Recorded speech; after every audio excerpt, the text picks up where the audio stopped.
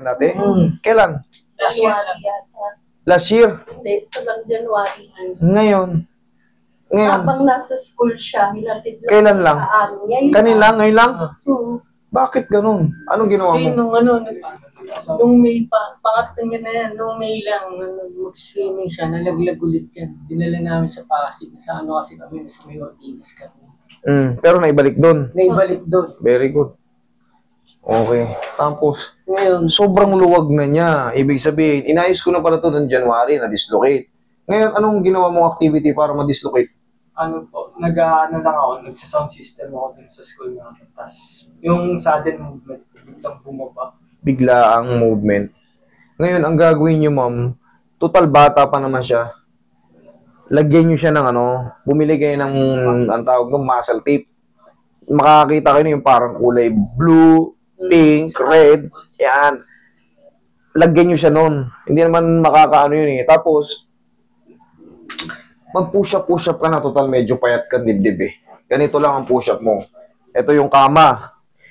Kama. Diyan ka lang palagi. 10 o kaya 15. Araw-araw ka para mag-muscle yung deltoid muscle mo para sumikip yung Kasi, kita mo, isipin mo, sudden movement lang. Hindi ka naman natumba. May ginanon ka lang siguro. Wala, lumusot na. Pero madali lang yan. Ibig sabihin, sobrang luwag na nito. Pero bata ka pa, idol. Marami ka pang kailangan natin. Ayan, laglag, Iyan. Kaya ano na siya sa opera. Wag. Ang bata-bata pa ito, operahan. Kailangan na nito, technique. Roy, massage mo muna, Roy, para hindi masaktan. Ayan, nakabukol dito.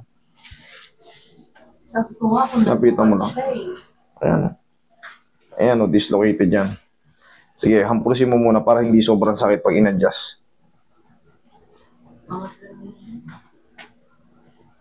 Dislocated. Yakapin mo siya, Roy. Okay, relax lang. Huwag mo lalabanan na. Huwag tigasan yung kamay mo. Tigas. Kabaon. Lubog na lubog. Sakit. Dali Huwag mong lalabanan Huwag mong tigasan. Sige, lambutan mo lang. Lambutan mo lang. Lambutan mo lang. Okay, lambutan mo. Yun, thank you.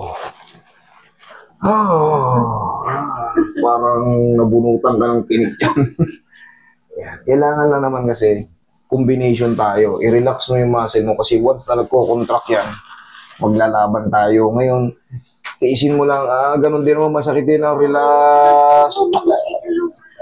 Yan, ganyan lang muna. Hayaan mo lang muna makapahinga kasi na-hyperextend na yun sa loob eh. Ayos na. Roy, massage mo konti, Roy. Ganyan muna. Yan, ganyan muna. Massage mo muna. Saglit lang, di ba? Pero ayoko rin naman kayo nagkakaganyan. Kahit naayos natin, pero kailangan may solusyon tayo. Idol, mag-push up ka. Total, medyo payat ka naman para magkaroon din ng dibdib. Okay na yan. Okay na yan.